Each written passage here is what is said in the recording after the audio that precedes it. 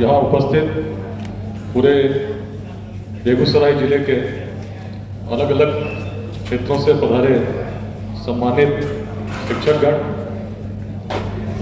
मंच पर उपस्थित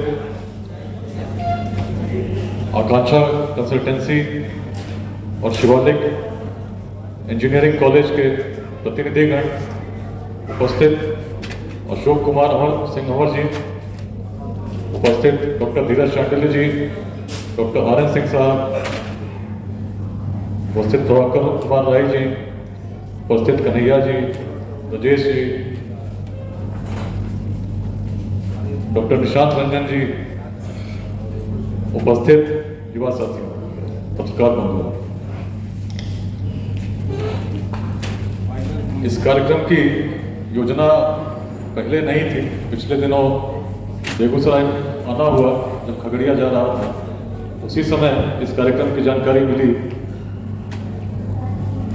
अशोक जी ने निवेदन किया था और सुनकर बहुत प्रसन्नता हुई कि इतने शिक्षक एक स्थान पर मिलेंगे, उनसे संवाद हो पाएगा, बातें हो पाएंगी। और जो अभियान हम लोग का चल रहा है, जिसके बारे में एक बड़ा कार्यक्रम युवाओं के साथ संवाद का 26 को हम लोग करने जा रहे हैं, उसका कुछ अंश रूप में बातें हम लोग आज कर सकेंगे।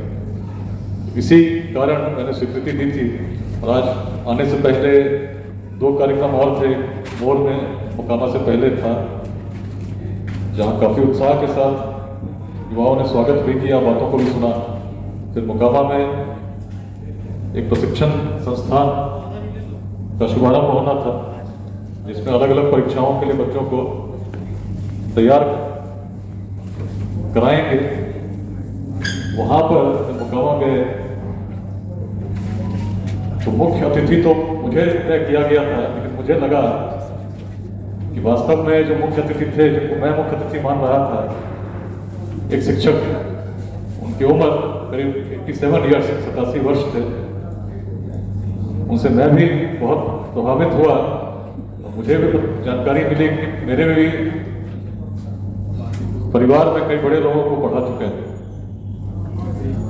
मुकामा में सबको सुन रहे थे तो बात एक आपका हर व्यक्ति के मन में जो भी संबोधन कर रहे थे, एक प्रकार का द्वंद्व था कि कभी मुकामा शिक्षा के क्षेत्र में बड़ा अग्रणी था, बड़े अच्छे बच्चे निकल रहे थे 70 के दशक में, 80 के दशक में, लेकिन अभी स्थिति में कुछ गिरावट आई है। और इस चिंता सबकी यही थी कि कैसे दूर हो। लेकिन मन में एक विश्वास था कि जब संस्थान इस प्रकार के खुलेंगे, अच्छे लोग जुड़ेंगे, तो चीजें बदलेंगे। वहीं पर कैसे लेट्स इंस्पायर बिहार का क्या संदेश है, क्या बातें मेरे मन में निकली। तो सबसे पहली बात जो मैंने बताने का प्रयास किया कि चिंतित ना हो। जब चिंतन हम लोग करते हैं तो समस्याओं का समाधान निकलता है। और शिक्षक में कितनी शक्ति है, ये बात मुझसे पहले उन्होंने बताया जब आचार्य चाणक्य का स्मरण किया। कैसे एक शिक्षक के मन में जब संकल्प जागृत हुआ तो धीरे धीरे उस संकल्प ने इस प्रकार की प्रेरणा का प्रसार किया कि जो लोग जिनकी भाषाएं अलग थी, क्षेत्र अलग थे, एक सूत्र में बंधते चले गए। संकल्प था कि मातृभूमि को शक्तिशाली बनाना है, इतना शक्तिशाली बनाना है कि किसी भी बाहरी आक्रमणकारी का सशक्त रूप से प्रत्युत्तर दे सके।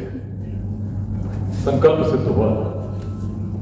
ज्ञान में बहुत शक्ति है। बिहार की जब बात करते हैं, इतिहास की बात करते हैं, नालंदा तो सब लोग जानते हैं कैसे अलग अलग क्षेत्रों से चलकर उस समय लोग आते थे जब आज की भांति न मार्ग थे, न वाहन उपलब्ध थे, न संचार के माध्यम थे। लेकिन क्या शक्ति रही होगी उस ज्ञान में, जिसको बिना इंटरनेट के जो व्यक्ति जापान में भी बैठा होता था, उसके मन में प्रेरणा जगती थी कि अगर पढ़ना है तो नालंदा जाना हो।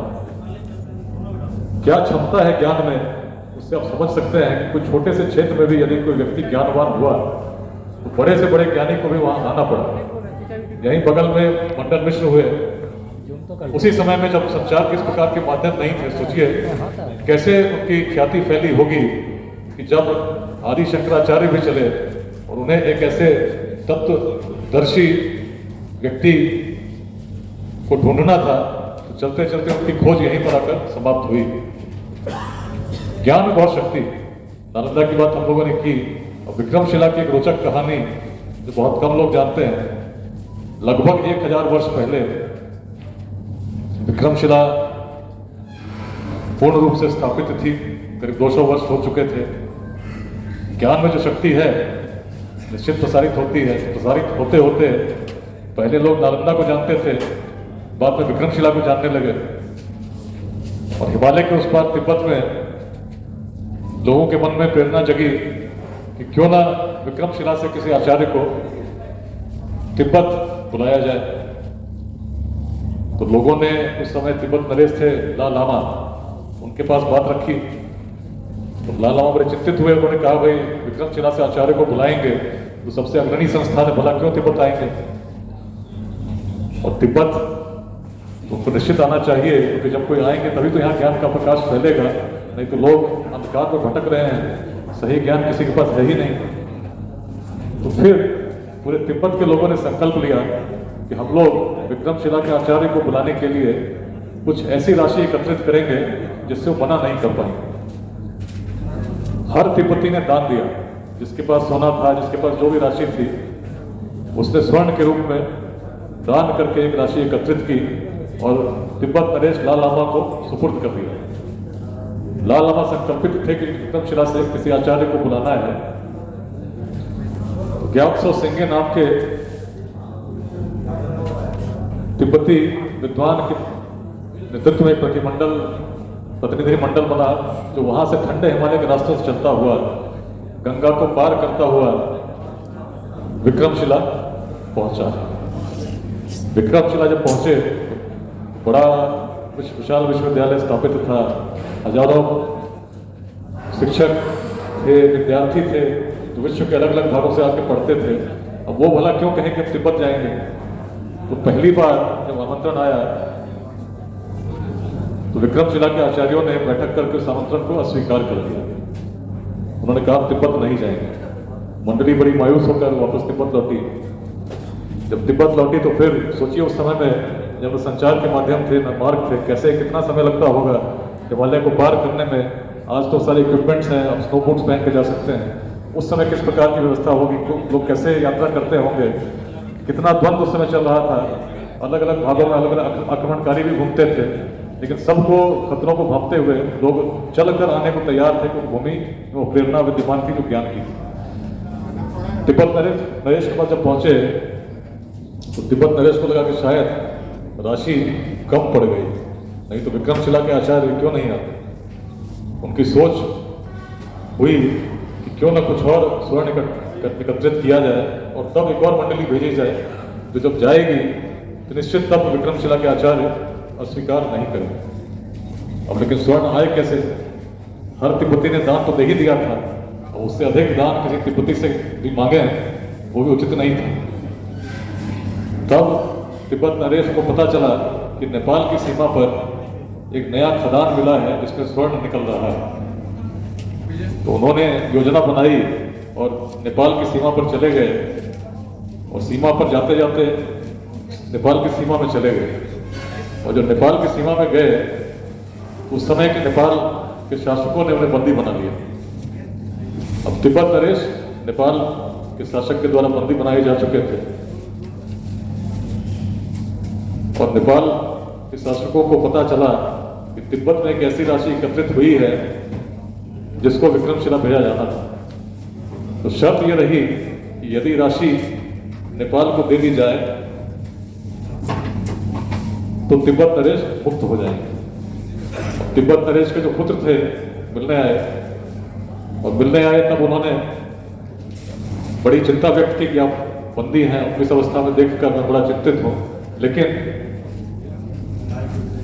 तब राजा ने कहा कि मेरी जिंदगी की जो अवस्था थी वो तो अब समाप्ति पर है।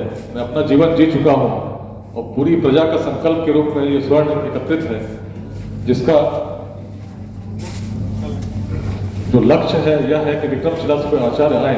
क्योंकि जब वो आएंगे, इस स्वर्ण को यदि तुमने यहाँ के शासकों को दे दिया, एक व्यक्ति का कल्याण हो सकता है जो अपने जीवन की अवस्था पार करने की कगार पर है। लेकिन यदि स्वर्ण विक्रमशिला गया तो निश्चित ही अगर आचार्य वहां से आए तो हर तिब्बती का कल्याण होगा। इसीलिए तुम स्वर्ण मत दो, तुम चले जाओ वापस तिब्बत और जाकर एक नई मंडली भेजो जो विक्रमशिला जाएगी और आचार्यों को बताएगी कि देखिए आपके स्वर्ण के कारण हमारे राजा भी बंदी बना लिए गए। ऐसा ही हुआ, राजा कारागार में ही रहे। उसके बाद क्योंकि कहानी पता नहीं चलती, उनके पुत्र ने शासन संभाला, मंडली भेजी गई, विक्रमशिला आई। अब इस कहानी को सुनकर विक्रमशिला के आचार्य बड़े द्रवित हुए। निर्णय हुआ कि मंडली भेजी जाएगी, लेकिन कब भेजी जाएगी इस पर निर्णय तत्काल नहीं हुआ। 3 वर्ष लगे। तिब्बती मंडल भी वहीं बैठी रही। आज भी आप जाएंगे तो वहां पर विक्रमशिला में अवशेष पड़े हैं, जिसमें तिब्बती धर्मशाला के भी अवशेष हैं जहां तिब्बती रुके थे। और वहां से आचार्य आतिश दीपंकर श्री ज्ञान गए तो तिब्बत की पूरी परंपराएं बदल गई। और बदली ही नहीं, स्थायी रूप में आज भी कोई तिब्बती यदि कहीं भी रहता है, निश्चित विक्रमशिला का स्मरण करता है, आचार्य आतिश दीपंकर का स्मरण करता है, और जो ज्ञान उन्होंने दिया था वज्रयान के रूप में, उसका वाहन स्वयं करता है। ये ज्ञान की शक्ति है जो सीमाओं के पार जाती है, जिसको माध्यम नहीं चाहिए, मार्ग नहीं चाहिए, संचार के साधन नहीं चाहिए। ऐसे में हर व्यक्ति जो स्वयं को निर्बल समझता हो, जो स्वयं को किसी मुख्य धारा से दूर समझता हो, यदि स्मरण करे कैसे एक सुदूर गांव में बैठे आदिशंकर के मन में जब प्रेरणा जगी, चलने शुरू हुए। केवल 8 वर्ष की अवस्था में उन्होंने संन्यास लिया।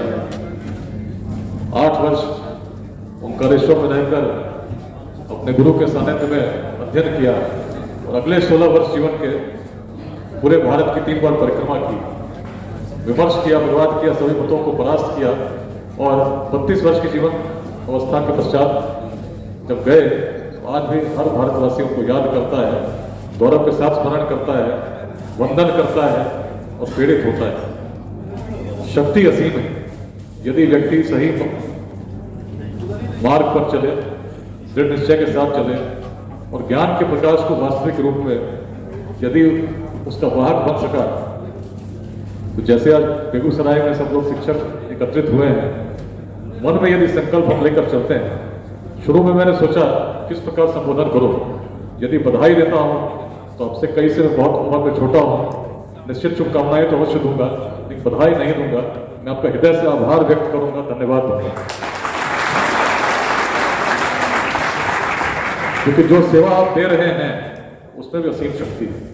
एक एक व्यक्ति जिसको आप आज तैयार कर रहे हैं, आने वाले समय में बिहार तो क्या पूरे भारत के भविष्य में उसका बहुत महत्वपूर्ण योगदान हो सकता है यदि सही दिशा पर चलता रहा।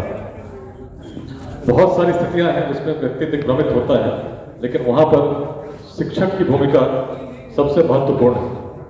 लेट्स इंस्पायर बिहार अभियान की बात हुई तो बात बड़ी सीधी बात, बहुत संक्षेप में यदि मैं कहूँ तो कहता यही हूँ, कोई बहुत दूर की बातें नहीं करता।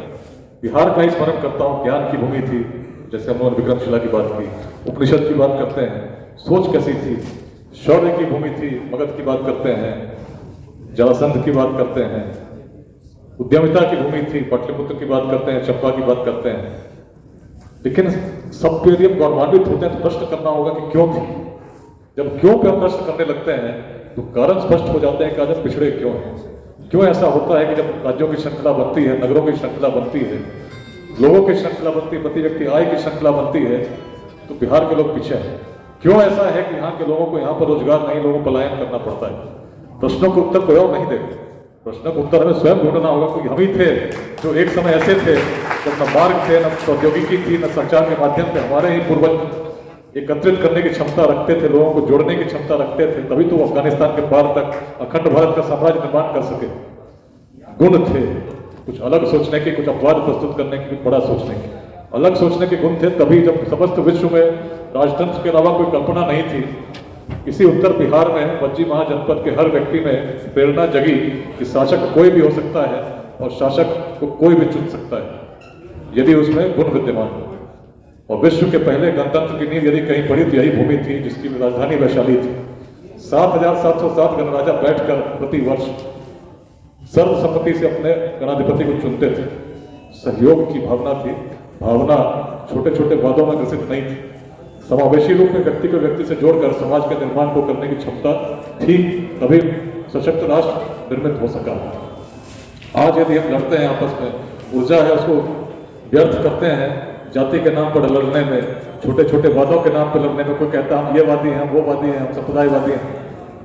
उस ऊर्जा को जो कभी उस शक्ति के साथ विश्वविद्यालय स्थापित कर सकती थी, उद्योग ऐसे स्थापित कर सकती थी जिसको देखकर जब चंपा आते थे लोग, व्यापारी आते थे, तो वियतनाम जैसे देश के लोगों ने तो अपने देश का नाम ही चंपा रख दिया। लोग तो वही है, ऊर्जा कहाँ लगा रहे हैं? यदि हम आपसी संघर्ष छोड़कर सहयोग में ऊर्जा लगाएं, जो व्यक्ति सक्षम है उनके सहयोग के लिए सामने आए जिनको आवश्यकता है, तो क्या चीजें नहीं बदलेंगे? अभी हम लोगों ने एक परीक्षा कराई पूरे बिहार में, हर जिले में 12,000 विद्यार्थियों ने परीक्षा दी। प्रयत्न क्या था? 80 ऐसे बच्चे चुने जाएं जो निर्धन है लेकिन प्रतिभावान है। यदि उनको सही समय पर हम साधन उपलब्ध नहीं कराएंगे तो शायद भटक जाएंगे, लेकिन जो प्रतिभा है यदि सही समय पर उसको हमने पोषित किया, संरक्षित किया, तो आने वाले समय में 80 बच्चे देश में अपना महत्वपूर्ण योगदान दे रहे होंगे। और यदि अब हम लोग बीपीएससी के लिए भी कर रहे हैं, ऐसे 30 बच्चों का चयन करने जा रहे हैं जिनको निःशुल्क शिक्षण हम लोग उपलब्ध कराएंगे, लेकिन उनसे एक संदेश यही है कि हम लोग दे रहे हैं, इसका लक्ष्य यही है कि तुम कुछ बन जाओ तो समाज को वापस देना। जिस भ्रष्टाचार के कारण हम बदनाम होते हैं, जिस कारण हम चिंतित होते हैं, तुम जाकर आदर्श प्रस्तुत करना, औरों को प्रेरित करना, क्योंकि तुम्हारे लिए समाज ने कुछ किया है। जो सक्षम है उनको आना चाहिए। बहुत प्रसन्नता हुई जब मैंने सुना शिवालिक इंस्टीट्यूट एकेडमी से भी लोग आज प्रेरित हैं, चाहते हैं कि 5 विद्यार्थियों को निःशुल्क शिक्षण की व्यवस्था करें। प्रेरणा जब बढ़ती है, मन से मन को जोड़ती है, शुद्ध भाव से निकली। कई बार मैंने साझा किया किस प्रकार बगहा में, रोहतास में जो चीजें असंभव थी, लोग मान नहीं सकते थे कि बगहा से कभी अपराध समाप्त होगा। मिनी चंबल कहते थे, जब प्रयास हुआ, इतिहास से प्रेरित होकर हुआ, पूर्वजों का स्मरण करके हुआ, मिनी चंबल का दाग मिट गया। जितने अपराधी थे अपना आत्मसमर्पण कर दिया। रोहतास पहाड़ी पर राष्ट्रीय ध्वज नहीं लहराया, लिबरेटेड जोन मानते थे। राष्ट्रीय दिवसों पर 15 अगस्त, 26 जनवरी काले ध्वज लहराए जाते थे, कोई सुध लेने वाला नहीं था। लेकिन जब प्रेरणा जगी उन आदिवासियों के बीच में जिनके पूर्वज पर वो गौरवान्वित थे, तो गर्व करते थे कि हमारे पूर्वज ऐसे थे जो रोहतास दुर्ग जैसे कीर्तिमान को स्थापित कर सके थे। उनसे हम लोगों ने संवाद स्थापित किया, जो आपके पूर्वज इतने यशस्वी थे तो आप में क्या कमी है? क्यों इस क्षेत्र संघर्ष का दंश झेल रहा है? विकास की बात कैसे हो जब आपस में संघर्ष में लोग उलझे रहे हैं? हम लोगों ने प्रेरित किया, एक माध्यम बनने का प्रयास किया, उन्हीं के पूर्वजों को स्मरण करते हुए। यदि उन्हीं के वास्तविक वंशज हो तो परिवर्तन के निमित्त बनो, संघर्ष छोड़कर सहयोग की भावना को जन्म दो। और जब बातें होने लगी तो जिन उग्रवादियों का हम लोगों ने शब्दों में विरोध नहीं किया था, सारा आदिवासी समूह उन्हें उग्रवादियों से प्रश्न करने लगा कि तुम जिस लक्ष्य को लेकर चल रहे हो ये हमें कहाँ ले जाएगा। हमारे पूर्वज से जब सशक्त थे, ऐसे दुर्ग को उन लोगों ने स्थापित कर दिया जिसको मुगल काल में जो भी लेखक आए उन्होंने लिखा कि पूरे भारत का सबसे शक्तिशाली दुर्ग है जिसे बल से नहीं केवल छल से जीता जा सकता है। शेर शाह सूरी जैसे अफगान शासक भी आए तो वो भी बल से इस दुर्ग को जीत नहीं सके। जीते तो भारत के सम्राट बने, लेकिन जीते छल से। और इतने प्रेरित हुए कि उन्होंने झेलम के किनारे जो आज पाकिस्तान में है दूसरा दुर्ग बनाया, तो उसका भी नाम रोहतास है। तो प्रेरणा जगती है जब बातें शुद्ध मन से हो और लोगों को जोड़ती है। और शक्ति तो इतनी है जो हर व्यक्ति में, उसको अगर जोड़कर हर विद्यार्थी के मन में जो खुद को असक्षम समझता हो, उसको लगता हो चीजें कठिन है, उसको बताना होगा कि तुम्हारे अंदर सारी शक्ति विद्यमान है। उसे स्मरण कराना होगा उस मंत्र का जिसकी दृष्टि कभी हमारे ऋषियों ने किया था, ओम पूर्णमदः पूर्णमिदं पूर्णात् पूर्णमुदच्यते पूर्णस्य पूर्णमादाय पूर्णमेवावशिष्यते। जो पूर्ण है पूर्ण ही रहता है, पुनः पूर्ण में विलीन हो जाता है। स्वर्ण को कितना भी खंडित करो, उसके छोटे से अंश में वही गुण होते हैं जो स्वर्ण में होता है, या किसी भी धातु में खंडित करने पर वही गुण पाए जाते हैं। ऐसे में यदि हर आत्मा में परमात्मा का अंश है परमात्मा तो असीम है, ऊर्जा असीम है, पूरी सृष्टि को संचालित करने की क्षमता रखती है।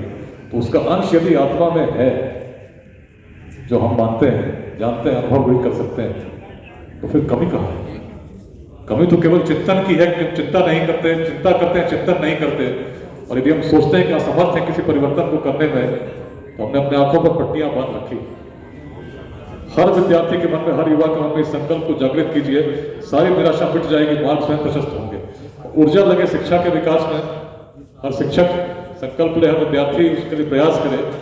ये संभव तभी होगा जब लोग आए सामने और लोग मिलकर विद्यालयों से जुड़े, विश्वविद्यालयों से जुड़े। कहने से कि कोई चीज़ खराब है अपने आप कभी ठीक नहीं होती। हम सोचें कि कोई आएगा और आकर चीज़ों को बदल देगा, ऐसा कभी नहीं होगा। बदलने के लिए स्वयं तत्पर होना होगा। उस यज्ञ में थोड़ी सी आहुति हर व्यक्ति को देनी होगी, जो परिवर्तन का निमित्त होगा। और जब भी ऐसा हुआ है, आसान नहीं था अखंड भारत का निर्माण करना। एक व्यक्ति का संकल्प जरूर था, लेकिन नहीं होता कि सोच बड़ी नहीं थी। सोच कैसी थी? सोच तो मगध जैसी थी, जो किसी भी व्यक्ति को, किसी भी वर्ग का हो, शासक मानने को तैयार थी, यदि वो सक्षम हो। अगर ऐसा नहीं होता तो क्या नंदवंश कभी शासक बनता? क्या गुप्त वंश से शासक आते? पूरे भारत में अगर आप देखें तो केवल क्षत्रिय शासन करेंगे, ऐसा ही प्रमाण मिलता है देखने को। लेकिन जब बिहार की कल्पना करते हैं तो वैशाली जैसा अपवाद दिखता है, जहाँ गणतंत्र दिखता है, वर्ग की बात नहीं होती। और मगध अपने आप में सबसे बड़ा अपवाद दिखता है। और जब मन इतना बड़ा हो, विचार इतने बृहद दृष्टि को धारण किए हो, चीजें बढ़ती हैं, तभी अखंड भारत बना। उसी विचार को, बृहत्ता को लेकर, मेरा गांव तो बीहट है, बीहट का नाम ही बृहद तट से है। बीहट की सोच तो दर्शाती है गंगा के बृहद तट की, जिसकी सोच बहुत बड़ी होनी चाहिए। तो कहीं नहीं कि उस प्रेरणा को मैं हर व्यक्ति में स्थापित देखना चाहता हूँ कि विजन बड़ा हो, हमारे पूर्वजों की तरह हो, विजन चाणक्य की तरह हो या विभल की तरह हो। विजन इस प्राचीन बिहार की तरह अगर लेकर चले तो दिन दूर नहीं। बगहा में क्राइम मिटने में साल भर भी नहीं लगा। जहाँ 150 किडनैपिंग होती थी, 1 वर्ष में संख्या 0 तक आ गई।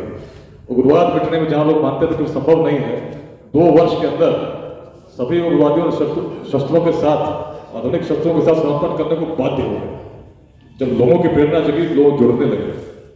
हम लोगों ने इस अभियान का प्रारंभ किया। देखिए, प्रेरणा जब प्रसारित हुई, इसी छोटे से सभागार में 5 विद्यार्थियों के निःशुल्क शिक्षण की प्रेरणा जगी कि नहीं जगी? इसको बढ़ाना होगा। छोटी सी ज्योति जब जगती है, दावानल स्वरूप ग्रहण कब करती है? जब लोग उसमें आहुति डालते हैं। उसमें आहुति डालें, घृत डालें, उसको अग्नि को प्रज्वलित करें, निश्चित बिहार प्रकाशित होगा। चीजें बदल सकती हैं। श्रृंखला में जो नीचे है उसको ऊपर जाने में बहुत समय नहीं लगता। बस मार्गदर्शन सही होना चाहिए, नेतृत्व सही होना चाहिए, होगा। ऊर्जा यदि हम संघर्षों में व्यर्थ नहीं करके सहयोग में लगाएंगे, उसमें सबसे महत्वपूर्ण नेतृत्व यदि किसी का है, 3 में सबसे पहली बात शिक्षा है, दूसरी बात समता है, तीसरी बात उद्यमिता है। इन 3 मंत्रों को लेकर अगर हम चले तो बिहार का भविष्य को उज्जवल होने से कोई अवरोध नहीं हो सकता, कोई रोक नहीं।